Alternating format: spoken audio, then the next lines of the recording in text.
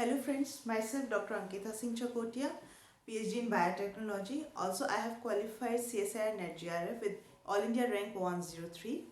Today we are going to discuss about vitamin E, tocopherol, also called as tocopherol. Till now we have completed about two fat-soluble vitamins, that is vitamin D and vitamin A. आज का topic है vitamin E. Vitamin E एक third category of vitamin fat soluble vitamin है. तो चलिए start करते हैं इसका सोर्सेस से और ये कैसे क्या क्या फंक्शन परफॉर्म करती है with in the biological system. देखिए विटामिन डी और विटामिन ए जब मैंने डिस्कस किया था आप लोगों के साथ में, तब मैंने एक चीज़ बताई थी कि that our body can synthesize is not able to synthesize every essential micronutrient.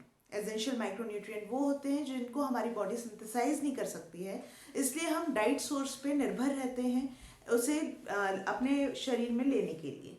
तो डिफरेंट फूड सोर्सेज होते हैं जो कि इन वाइटामिन को हमें प्रोवाइड कराते हैं. Vitamin E majorly we can have from the source of like जो भी आपके नट्स आप खाते हैं like almond, peanuts, hazelnuts and इसके अलावा कुछ ग्रीन लीफी वेजिटेबल्स हैं, रेड बेल पेपर है, pumpkin, fish oil and eggs. All these are the major source of vitamin E. And other than this, there is also you can have it via dairy product से भी आपको मिल सकता है, बहुत मात्रा में नहीं, लेकिन हाँ थोड़ा थोड़ा डेयरी प्रोडक्ट से थोड़ा कम मात्रा में मिलेगा, लेकिन वो भी एक सोर्स है आपका. pumpkin is also one of the good source of this vitamin E. Now vitamin D और ए, जैसा कि मैंने आपसे डिस्कस किया था, we can our body can synthesize vitamin D conditional on the basis of मतलब कि अगर हमें डाइट्स यूवी रेस से हमारा एक्सपोजर होता है तो within our skin we can synthesize the vitamin D. एक पूरा मैंने कैस्केड आपको समझाया था जिसका कि मैं लिंक शेयर करूंगी आपसे, तो वो भी आप एक बार go through that process also. Similarly vitamin A जब भी हम कैरोटिनॉइड्स लेते हैं, carotenoids is a pro vitamin A. मैंने ये भी आपसे विटामिन ए के लेक्चर में आपसे डिस्कस किया था कि what is preformed vitamin A जो हमें एक्टिव फॉर्म में विटामिन ए लेते हैं, और what are pro vitamin A. तो प्रो विटामिन ए का कन्वर्जन होता है एक्टिव विटामिन ए में, तो our body can convert pro vitamin A into active vitamin A. ये मैंने डिस्कस किया था. तो दीज आर तो ये थोड़ा सा विटामिन ई थोड़ा सा अलग है. विटामिन ई का कोई भी कन्वर्जन नहीं होता, ना ही हमारी बॉडी इसको सिंथेसाइज कर पाती है किसी भी तरह से. तो we are totally dependent on the diet source for the supply of this vitamin E. Now, what is the function of vitamin E and how many types of vitamin E are there? Total form वैसे vitamin E को tocopherol भी कहते हैं. Tocopherol ये एक Greek word है जिसमें टोको का मतलब होता है चाइल्ड और फेरो का मतलब होता है टू बियर और कह लीजिए to give birth, to give birth. और ऑल जो वर्ड है इसके केमिकल स्ट्रक्चर से आया है because alcohol is present in its chemical structure. So mainly जो इसकी डिस्कवरी की अगर स्टोरी की बात करें, ये टोकोफेरॉल ही नाम क्यों दिया गया? टोकोफेरॉल नाम इसलिए दिया गया क्योंकि सन 1922 में, अभी से तकरीबन 100 साल पहले इसकी डिस्कवरी हुई थी, जब एक रैट्स पे स्टडी चल रही थी कि भाई अगर रैट में फर्टिलाइजेशन मतलब कि फर्टिलाइजेशन हो सकता है या नहीं हो सकता है, that is totally depend on this molecule. Molecule की डिस्कवर किया गया जिसको कि नाम दिया गया टोकोफेरॉल. अगर ये है तो फर्टिलाइज कर पाएगा, फर्टिलाइजेशन होगा रैट्स में, और नहीं है तो नहीं हो पाएगा. तो इस तरह से इसका नाम दिया गया और इस तरह से इसका खोज हुई विटामिन ई की, और आर्टिफिशियली इसका सिंथेसिस शुरू हुआ था इन 1935 में. ठीक है, 1922 में डिस्कवरी हुई, 1935 में इसकी सिंथेसिस, आर्टिफिशियल सिंथेसिस इसका स्टार्ट हुआ था. नाउ इसका मेन पर्पस, मेन फंक्शन क्या होता है उसकी भी बात करें. It is also called as antioxidant vitamin. और एक और बड़ा इंटरेस्टिंग सा नाम है, it is also called as anti sterility vitamin. क्यों? क्योंकि ये मेल्स में मेनली फर्टाइल स्टेरिलिटी या फर्टाइल होगा मेल, ये इस पे ही डिपेंड करता है, क्योंकि अल्टीमेटली खैर ये एंटीऑक्सीडेंट इसके फीचर से ही रिलेटेड है, बट हाँ इसकी प्रेजेंस बहुत ज़रूरी है मेल में फर्टिलिटी के लिए। अगर ये कम होगा मेल्स में तो oosphermia या फिर ओलिगोस्पर्मिया या एजोस्पर्मिया होने के चांसेस होते हैं, जिसकी वजह से स्टेरिलिटी हो जाती है। वो डिस्कस हम करेंगे नाउ। उससे पहले हम इसके टाइप्स डिस्कस कर लेते हैं। विटामिन ई अभी तक 8 तरह के विटामिन ई डिस्कवर किए गए हैं, जो कि मेनली आते हैं दो कैटेगरी के बीच में, दो कैटेगरी में, टोकोफेरॉल एंड टोकोट्राइइनॉल। इसमें आते हैं alpha, beta, gamma and delta. Tocopherol similarly यहां भी है alpha, beta, gamma and delta. Tocotrienol, तो ये टोटल 8 है, ठीक है, 8 विटामिन ई इस तरह से। Combinedly they are called as tocochromanol, chromanol, combinedly इन्हें टोकोक्रोमेनॉल कहा जाता है। इनका जो एक स्ट्रक्चर होता है, क्रोमेनॉल एक रिंग होती है, क्रोमेन 6 ऑल कह लीजिए, या तो ये एक रिंग स्ट्रक्चर इनका बड़ा कॉमन सा होता है। ये बेंजीन ही होता है एक प्रकार से। यहाँ पे R1, यहाँ R2 इस position, this is 6 carbon, and यहाँ पे एक अल्कोहल ग्रुप प्रेजेंट रहता है, ठीक है ना। यहाँ पे आपका मिथाइल ग्रुप रहेगा CH3। यहाँ एक और रिंग होती है, again it is 6 membered but it's an heterogeneous ring, and to this ring there is a chain, hydrocarbon chain or isoprenoid chain is present, which is like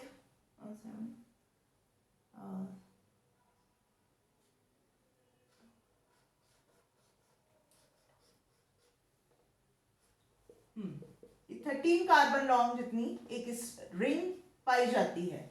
यहाँ भी एक CH3 and alternate उस पे position पे CH3 is present.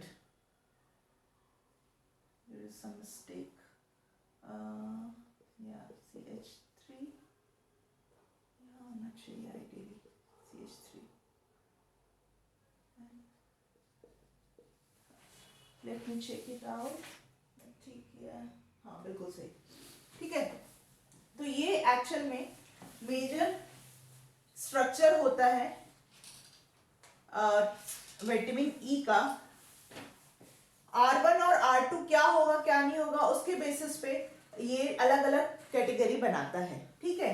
अब ये देख सकते हैं कि ये जो स्ट्रक्चर बनाया है मैंने, this is saturated, there is no double bond is present, तो this comes under the category of tocopherol, क्योंकि ये सैचुरेटेड हाइड्रोकार्बन चेन है। When it get converted into some like isoprenoid, मतलब डबल बॉन्ड अगर आ जाता है,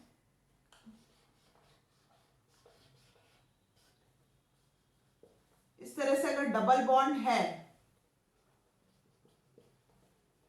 ऑल्टरनेट पोजीशन में, देखिए ये अगर डबल बॉन्ड प्रेजेंट है, then it is called as tocotrienol, ठीक है ना, टोकोट्राइइनॉल।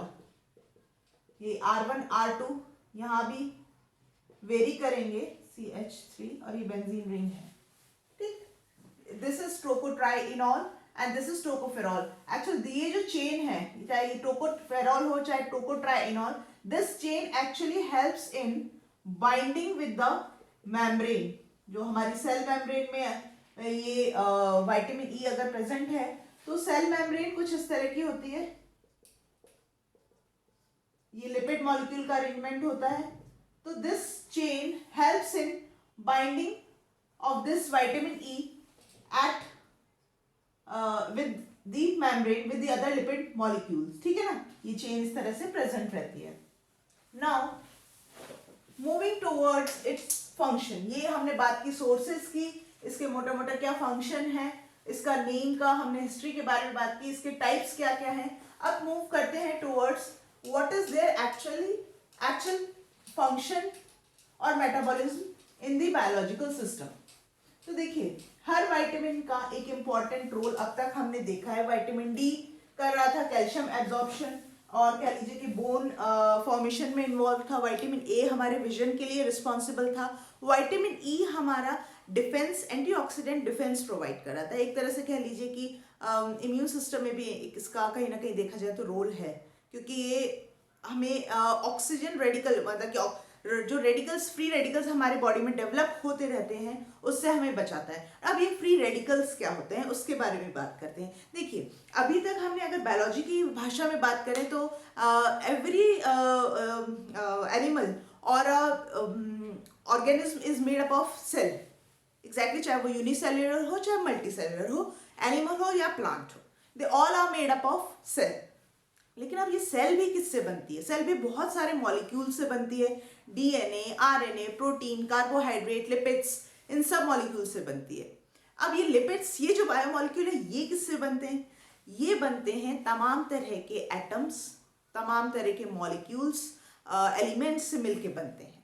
अब क्या होता है कि हमारे पूरे शरीर में 24 घंटे जब तक हमारा जीवन पूरा चल रहा होता है, पूरे जीवन काल में हमारी तमाम तरह की रिएक्शंस चल रही होती हैं। इलेक्ट्रॉन का ट्रांसफर हो रहा होता है, इधर से उधर एनर्जी मिल रही होती है, एनर्जी ऊपर नीचे जो सब जो भी कुछ हो रहा होता है, it is all because of electron transfer from one species to another species. और इस ट्रांसफर में क्या होता है of electron from one species to another moiety, actually what happened, कुछ फ्री रेडिकल फॉर्मेशन होता है। थोड़ा मैं केमिस्ट्री का भी आपके साथ जिक्र करना चाहूंगी इस टॉपिक से रिलेटेड। एक ऑक्टेट रूल हमने बचपन में पढ़ा था, ऑक्टेट रूल है ना। ऑक्टेट रूल हमें क्या समझाता था कि भाई जो आउटर शेल होती है, मान लीजिए ऑक्सीजन है, ऑक्सीजन के आउटर शेल में अगर इसका देखिए 8 होता है इसका atomic number, that means 1s2 1s। पहले इनर शेल में कितना होता था? 1s2 2s2 एंड 2p 4 8 है ना। तो ये तो हुए कितने? 1 2 3 4 5 6 इलेक्ट्रॉन, और ये इनर शेल में होता है 2 electron. Outer shell, octet rule कहता है कि outer shell should always consist of 8 electron ideally, but क्योंकि आउटर शेल ऑफ ऑक्सीजन, ये एग्जांपल दे रही हूँ, ऐसे बहुत सारे रेडिकल्स फॉर्म होते हैं। ये एक छोटा सा एग्जांपल देने के लिए मैंने ऑक्सीजन लिया क्योंकि थोड़ा इजी है समझने के लिए। तो आउटर शेल में एक्चुअल में कितने हैं? 6 हैं, बट इस हिसाब से ये स्टेबल हुआ नहीं हुआ। स्टेबल होने के लिए इसे और 2 इलेक्ट्रॉन चाहिए इसका स्टेबल फॉर्म होने के लिए। तो क्या करता है ऑक्सीजन? दूसरे एक और ऑक्सीजन के साथ में पेयरिंग कर लेता है। तो इससे क्या होता है कि ये इसका वैलेंस कंप्लीट हो जाता है, वैलेंस शेल में इलेक्ट्रॉन, और इधर से इस भाई के भी कंप्लीट हो जाते हैं। तो this was the octet rule. But कई बार केमिकल्स प्रोसेसेस जो हमारे अंदर चल रही हैं उसमें क्या होता है, अक्सर ये स्टेबलाइजेशन नहीं हो पाता, या फिर कह लीजिए कई बार ये इस तरह से अलोन ही पेयर यूं ही रह जाता है, या इससे कभी कोई इलेक्ट्रॉन खींच के ले जाता है तो ये एक अकेला रह गया, या ये भी कंडीशन इसकी स्टेबल नहीं है जब आपका वैलेंस शेल में आपके पेयर्ड इलेक्ट्रॉन नहीं है, कंप्लीटली ऑक्टेट आपका कंप्लीट नहीं होता, तो भी एक आपका एक अनस्टेबल मॉलिक्यूल के तौर पे, अनस्टेबल केमिकल स्पीशीज के तौर पे ये रहता है। तो ये क्या कोशिश करता है, दूसरे किसी भी स्टेबल मॉलिक्यूल, चाहे वो डीएनए हो, चाहे लिपिड मॉलिक्यूल हो, फैटी एसिड हो या प्रोटीन हो, उससे इलेक्ट्रॉन खींचने की कोशिश करता है कि भाई मुझे मेरा स्ट्रक्चर स्टेबल चाहिए। इस पूरे उसमें क्या होता है कि वो जो मॉलिक्यूल जिससे कि इसने इलेक्ट्रॉन लिया वो अनस्टेबल हो जाता है। अनस्टेबल होने, जैसे कि आप मान लीजिए डीएनए से लिया, अगर वो अनस्टेबल हुआ दैट मीन्स हमारा पूरा का पूरा जेनेटिक सिस्टम खराब हो जाएगा अल्टीमेटली, क्योंकि डीएनए अगर एक बार कहीं भी डिस्टर्ब हुआ तो वो पूरा कोडिंग, फिर आरएनए खराब होगा, फिर प्रोटीन खराब होगा, तो अल्टीमेटली सब पूरा जीन एक्सप्रेशन खराब होगा, जिससे कि बहुत ज्यादा असर पड़ेगा। इसी तरह से जब ये लिपिड इसका बहुत सॉफ्ट टारगेट होता है, लिपिड में भी fatty acids, polyunsaturated fatty acid बहुत ही इजीली ये उनसे इलेक्ट्रॉन ले लेता है और उसको पूरे एक डिस्टर्ब कर देता है लिपिड मॉलिक्यूल को और सेल मेम्ब्रेन को, and that process is called as lipid peroxidation. तो उससे बचने के लिए हमारी जो विटामिन ई है टोकोफेरॉल, ये मेन काम करती है for the to get us rid of from the this lipid peroxidation. चलिए ये भी हम डिस्कस करते हैं। तो आई होप मैं आपको फ्री रेडिकल समझा पाई हूँ। अगर कुछ क्वेरी हो तो प्लीज फ्री रेडिकल से रिलेटेड भी आप कमेंट में बॉक्स में जरूर डालिएगा कि फ्री रेडिकल आप लोगों को समझ में आया कि नहीं, तो वो भी हम डिस्कस कर लेंगे किसी न किसी लेक्चर में। तो देखिए ये मान लीजिए, ये भी हम हटा देते हैं, स्पेस की भी जरूरत पड़ेगी मुझे काफी। हाँ, ये हमारी सेल है ना, ये होती है इसकी सेल मेम्ब्रेन। थोड़ा मैं स्ट्रक्चर बनाने की कोशिश करूंगी इसलिए मैंने बड़ा बनाया है। सेल मेम्ब्रेन इस तरह से लिपिड बाइलेयर होती है ना, बीच बीच में प्रोटीन होती है ना। लिपिड बाइलेयर है तो अब लिपिड में, क्योंकि ये है पोलर हेड और ये जो है फैटी एसिड्स है ना। ये सब मैं आपके साथ डिस्कस कर चुकी हूँ लिपिड के बहुत स्टार्टिंग से वाले लेक्चर्स में। अगर कुछ भी थोड़ा बहुत भी इसके फैटी एसिड और पोलर हेड क्या है ये सब का कंफ्यूजन है तो इसकी भी लिंक मैं शेयर कर दूंगी। प्लीज मेंशन करिएगा आपको अगर इससे रिलेटेड कुछ भी डाउट हो अगर, ठीक है। तो ये देखिए ये है फैटी एसिड। फैटी एसिड भी मैंने आपके साथ में डिस्कस किया था कि सैचुरेटेड होते हैं, अनसैचुरेटेड होते हैं। अनसैचुरेटेड में पॉली अनसैचुरेटेड फैटी एसिड्स भी होते हैं, जिसमें कि एक कॉमन, अब इस वाले को ही अगर हम बात करें, हम इस वाले फैटी एसिड की बात कर रहे हैं, ठीक है ना। R represent the long hydrocarbon chain. बस एक छोटा सा मैं ये पैटर्न आपको दिखा रही हूँ कि ये किस तरह से पॉली अनसैचुरेटेड फैटी एसिड में ये पाया जाता है। ये ठीक है, ठीक है। Don't go on to the कि भाई कहाँ थर्ड कार्बन पे लगा दिया। मैं एक पैटर्न आपको बताने के लिए डबल बॉन्ड बता रही हूँ। नंबरिंग पे मत जाइएगा कि ये गलत नंबरिंग है या कहाँ आपने अनसैचुरेशन स्टार्ट कर दिया, ठीक है ना। आइडियली कार्बन नंबर 9 से या कार्बन अरेकिडोनिक एसिड में कार्बन नंबर 5 से शुरू होता है। यहाँ जस्ट एक एग्जांपल देने के लिए मैंने इनिशियली थोड़ा जल्दी स्टार्ट कर दिया। तो देखिए ये double bond get separated by methylene group, है ना। अब मिथाइलिन ग्रुप है and this kind of fatty acid is called as polyunsaturated fatty acid. It में contain more than 2 double bond, ठीक है ना। ऐसे नहीं 2 ही होते हैं, और भी ज्यादा हो सकते हैं। फैटी एसिड वाले चैप्टर में मैंने आपसे बहुत डिटेल में डिस्कस किया है, उसका लिंक मैं शेयर करूंगी तो उससे भी आप देख लीजिएगा। अब क्या होता है, मान लीजिए कोई हाइड्रोक्सिल रेडिकल जनरेट हो गया because of some chemical reaction हमारे अंदर चल रही होती है। उससे क्या हुआ कि एक हाइड्रोक्सिल रेडिकल जनरेट हुआ। अब इसने एक इलेक्ट्रॉन तो इसके साथ पेयर कर लिया था तो वो स्टेबल हो गया, बट अभी भी इसके वैलेंस आउटर शेल में क्या है, एक इलेक्ट्रॉन अभी भी प्रेजेंट है। And now this structure is called as hydroxyl radical and which is totally unstable. Hydroxyl radical is totally unstable, so now it attacks on this bond and इस hydrogen को attract कर लेगा and what will happen and remove it as H2O। तो ये तो remove हो गया, इस भाई ने अपने आप को तो स्टेबल कर लिया H को अपनी तरफ अट्रैक्ट करके, क्योंकि इलेक्ट्रोनेगेटिव भी है तो ऑब्वियसली कार्बन के कंपैरिजन तो ये हाइड्रोजन को बड़ी इजीली अट्रैक्ट कर पाता है और अपने साथ बॉन्ड बना लेता है और वाटर की बना के अपना निकल लेता है। अब क्या होगा कि यहां लेकिन एक अनस्टेबल लिपिड रेडिकल के फॉर्म में ये फॉर्म अनस्टेबल लिपिड रेडिकल बन गया। देखिए ये स्ट्रक्चर वाकई ऐसा के ऐसे ही है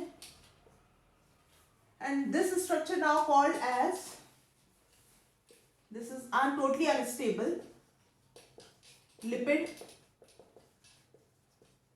रेडिकल, ठीक है ना। नाउ अब हमारी बॉडी में क्योंकि ऑक्सीजन भी बड़ी पर्याप्त मात्रा में पाया जाता है, ऑक्सीजन का बहुत ही, oxygen is the strongest oxidising agent. Oxidising agent का काम क्या होता है कि या तो ये इलेक्ट्रॉन्स ले लेते हैं या अपने आप को किसी भी मॉलिक्यूल से जोड़ देते हैं, ठीक है। तो जब ये दो चीजें हों कहीं भी किसी भी केमिकल रिएक्शन में, या तो इलेक्ट्रॉन को निकाल लेना किसी और स्पीशीज से या अपने ऑक्सीजन अपने आप को अटैच कर दे, this process is called as oxidation. and the agent is called as oxidizing agent. तो जो ऑक्सीजन मॉलिक्यूल है that is the very strongest oxidising agent. तो ये अब क्या करता है, ये जैसे ही देखता है कि अनस्टेबल लिपिड रेडिकल बना, ये आता है और कहता है कि भाई चिंता ना कर, मैं तेरे पास आके अटैच हो जाता हूँ. ये अटैच तो होता है बट समस्या और भी गंभीर हो जाती है. क्यों? क्योंकि यहां अगेन एक और लिपिड पेरोक्साइड रेडिकल जनरेट हो गया है. लिपिड पर ऑक्साइड रेडिकल बन गया which is again an unstable radical. तो इस तरह से देखा जाए इनिशिएट तो यहां हुआ था, लेकिन अब ये कैस्केड के फॉर्म में शुरू होता ही जा रहा है, शुरू होता जा रहा है, चलता ही जा रहा है. This lipid peroxide radical now what, ये अब सर्च करेगा कि भाई मुझे कोई और इस तरह का बंदा, मतलब कुछ ऐसी स्पीशीज मिल जाए कि मैं अपना स्टेबल हो जाऊं, सामने वाले को ये अपना झंझट देके अपना या तो इलेक्ट्रॉन ले लूं, हाइड्रोजन ले लूं, या ये हटा, ये एनी हाउ हट जाओ और मैं स्टेबल हो जाऊं. तो ये क्या करेगा, ये वाला ये जो फैटी एसिड था यहाँ से शुरुआत हुआ था, ये कहेगा कि मैं इस बगल वाले जो स्टेबल दिख रहा है मैं इसको छेड़खानी करता हूँ, मतलब कि उसको रिड्यूस कर देता हूँ या उसको ऑक्सीडाइज कर देता हूँ जिससे कि मैं अपना स्टेबल हो जाऊँ. तो ये क्या करेगा, दूसरे जो नॉर्मल पॉलीअनसैचुरेटेड फैटी एसिड है, इसको हम शॉर्ट फॉर्म में लिख रहे हैं, उसको उसके साथ रिएक्शन करेगा and it gives, now it will gives a lipid. ये शॉर्ट में अब मैं इतना लंबा चेन नहीं बना रही हूँ, पॉलीअनसैचुरेटेड फैटी एसिड के साथ में मिलके ये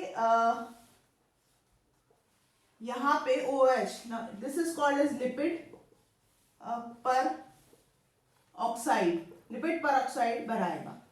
ये बहुत हार्मफुल होता है.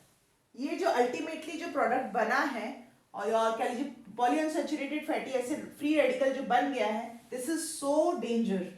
क्योंकि अगर ये बना है तो अल्टीमेटली इस तरह से कैस्केड चलता जाएगा, आगे आगे आगे बढ़ता जाएगा और सेल इंटीग्रिटी टोटली खराब हो जाएगी. Ultimately that particular cell undergoes apoptosis हो जाएगा और सेल डेथ होगा. और ये ऐसा नहीं केवल एक सेल तक सीमित हो जाता है. फ्री रेडिकल्स क्योंकि अभी भी हैं, वो अभी भी आसपास के अपना टिश्यू में पूरे सेल्स को खराब करते जाते हैं, अल्टीमेटली ऑर्गन अफेक्ट कर होता है. यही मैकेनिज्म होती है हमारे कैंसर में. कैंसर में कुछ इसी तरह से हमारा सारा सिस्टम खराब होता है.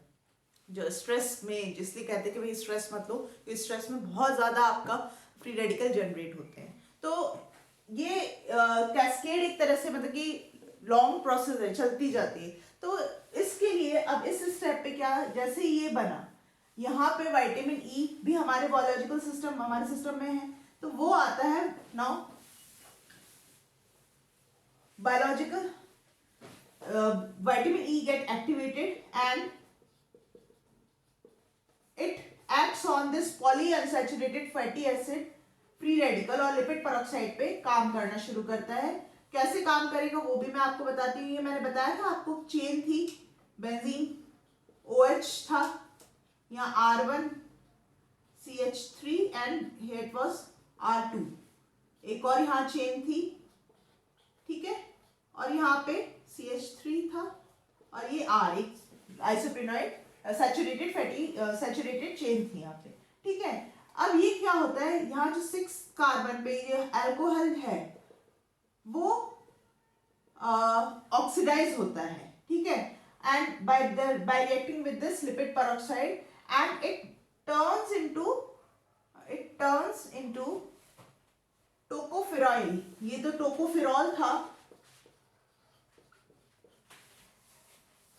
इसका ऑक्सीडाइज होके, सॉरी देखिए वो बॉन्ड भी मैं बना देती हूँ, ठीक है, ये R1 CH3 and here it is R2 CH3 again and here R, ठीक है. Now this tocopheryl radical, this is tocopheryl radical, it is actually an oxidized form of this tocopherol. और ऑक्सीडाइज भी कैसे हुआ है, इस भाई की वजह से. अब ये और साथ में ये नॉर्मल हो जाता है, पॉलीअनसैचुरेटेड फैटी एसिड अपना नॉर्मल वापस से अब पेरोक्साइड लिपिड पेरोक्साइड से पॉलीअनसैचुरेटेड फैटी एसिड रिलीज हो जाता है अपना, कि भाई मैंने जो भी उसके फ्री रेडिकल फॉर्म से वो नॉर्मल फॉर्म में नॉर्मल स्टेट में आ जाता है, क्योंकि अब टोकोफेरॉल ने ऑक्सीडाइज हो चुका और ये रिड्यूस हो गया है। ठीक है, तो टोकोफेराइल रेडिकल फॉर्म होता है। इस तरह से ये जो कैस्केड चला आ रहा था, बजाय कि बाजू वाले फैटी एसिड को हार्म करने के या ऑक्सीडाइज करने के, विटामिन ई इंटरफेयर करता है इस प्रोसेस में और खुद ऑक्सीडाइज होके एक टोकोफेराइल रेडिकल बनता है। इस वजह से ये पूरा लिपिड परऑक्सीडेशन प्रोसेस को ये हॉल्ट करता है इस स्टेप पे। That's why it is also called as chain breaking antioxidant, क्योंकि एक तरह से क्या था, चेन ही तो बन रही थी। ये वाला पहले फैटी एसिड हुआ, उसमें बाजू वाले को फैटी एसिड को भी देखा, उस वो हुआ, फिर वो फ्री रेडिकल कन्वर्ट अपने एडजेसेंट फैटी एसिड को भी फ्री रेडिकल में कन्वर्ट करता है, क्योंकि उससे खुद को हर फ्री रेडिकल को स्टेबल होना होता है, इसलिए वो अपने एडजेसेंट या सराउंडिंग में जो भी स्टेबल मॉलिक्यूल है उसको अनस्टेबल करता है खुद को स्टेबल करने के लिए। तो इस कैस्केड को इस स्टेप पे आके विटामिन ई रोकता है, and that's why it is also called as chain breaking antioxidant. ठीक है, नाउ अब इसके ये तो हम बात कर रहे थे मेम्ब्रेन में हो रहा था सारा कुछ जो प्रोसेस है, क्योंकि अब ये भी खुद एक लिपिड और फैट सॉल्युबल विटामिन है, तो ये सारा कुछ मेम्ब्रेन में हो रहा था। लेकिन इसको भी ऑक्सीडाइज करने के लिए फर्दर एक और विटामिन होती है जो कि साइटोप्लाज्म में पाई जाती है, vitamin C, water soluble vitamin है। एक्चुअली विटामिन सी हमारे इस चैप्टर से रिलेटेड नहीं है, बट हाँ इस प्रोसेस से जरूर रिलेटेड है। तो विटामिन सी आती है, वो क्या करती है, हाँ vitamin C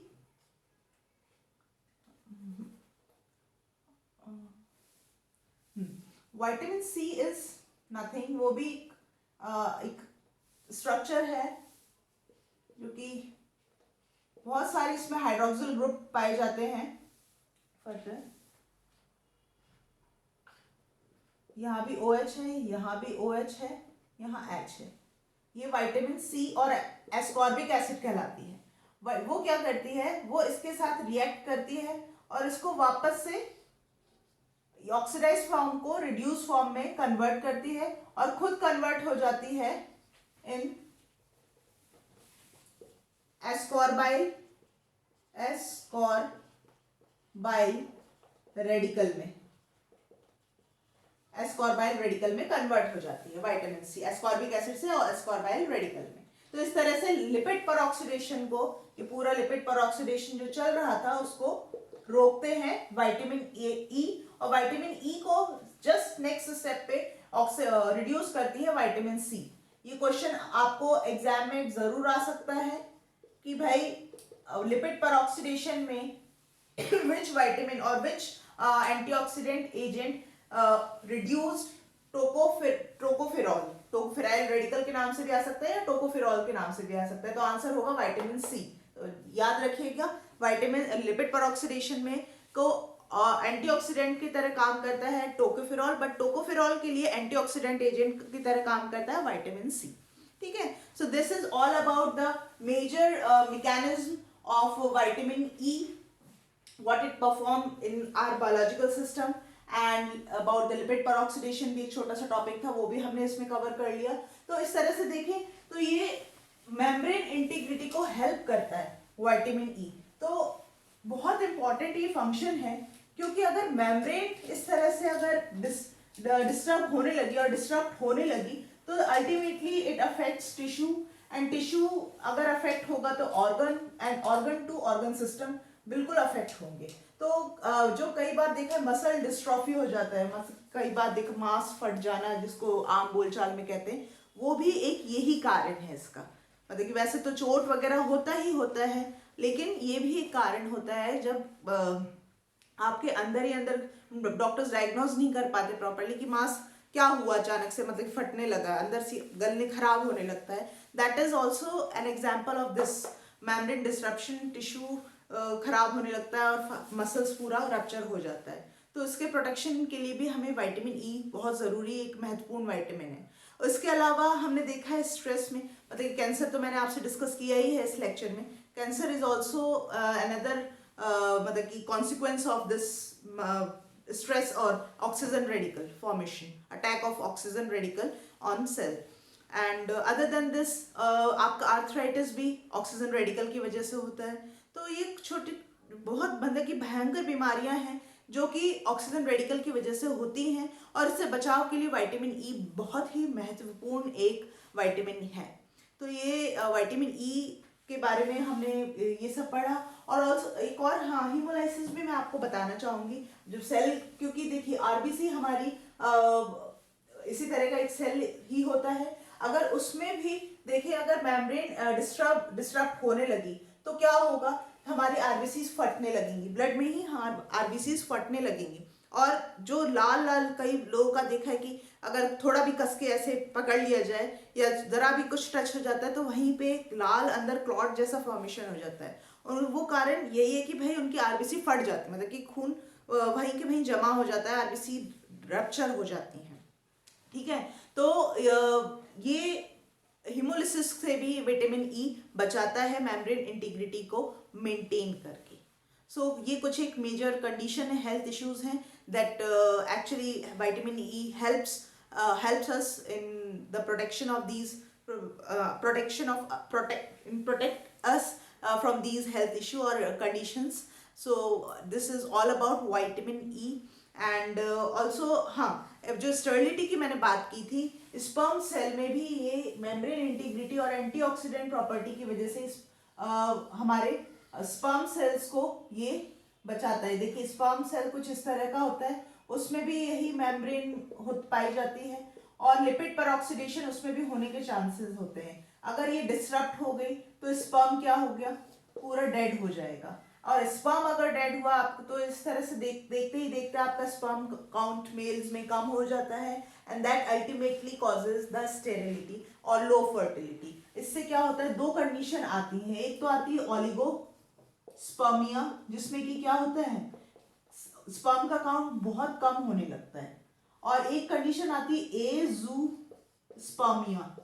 एजूस्पर्मिया is a condition जहां पे स्पर्म बनते ही नहीं है, टोटली फिनिश, तो स्टेरिलिटी आपकी हो जाती है। ये कंडीशन फिर भी क्योर की जा सकती है, बट ये कंडीशन क्योरेबल नहीं है। ठीक है ना।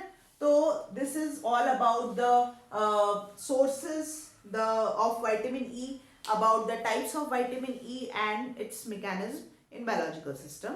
एंड अगले हम विटामिन के बारे में डिस्कस करेंगे। मेरा आज का लेक्चर अगर अच्छा लगा हो तो please hit the like button, subscribe my channel, share it with your friends and comments ज़रूर कीजिए। अगर कुछ और टॉपिक आपको इंटरेस्टिंग मेरे द्वारा डिस्कस करने हो, पढ़ने हो, तो प्लीज़ वो ज़रूर मेंशन कीजिए, सो दैट मैं और पॉजिटिव मोटिवेशन के साथ और कुछ अच्छा टॉपिक्स में आपको और तरीके से मैं आप लोगों को बता पाऊँ। कुछ कमी है तो वो भी मेंशन कीजिए, ठीक है। और हाँ, बेल आइकन को ज़रूर आप प्रेस कीजिए, सो दैट सबसे पहले नोटिफिकेशन आप तक पहुँचे जो भी टॉपिक मैं डालती हूँ। केवल पढ़ाई के नहीं, मैं जनरल टॉपिक भी काफ़ी अपने आप लोगों के साथ में डिस्कस करती रहती हूँ इस चैनल पे, तो इसलिए बेल आइकन ज़रूर आप लोग शेयर कीजिए। एंड मिलते हैं एक इंटरेस्टिंग से लेक्चर के साथ। Till then stay safe, stay blessed.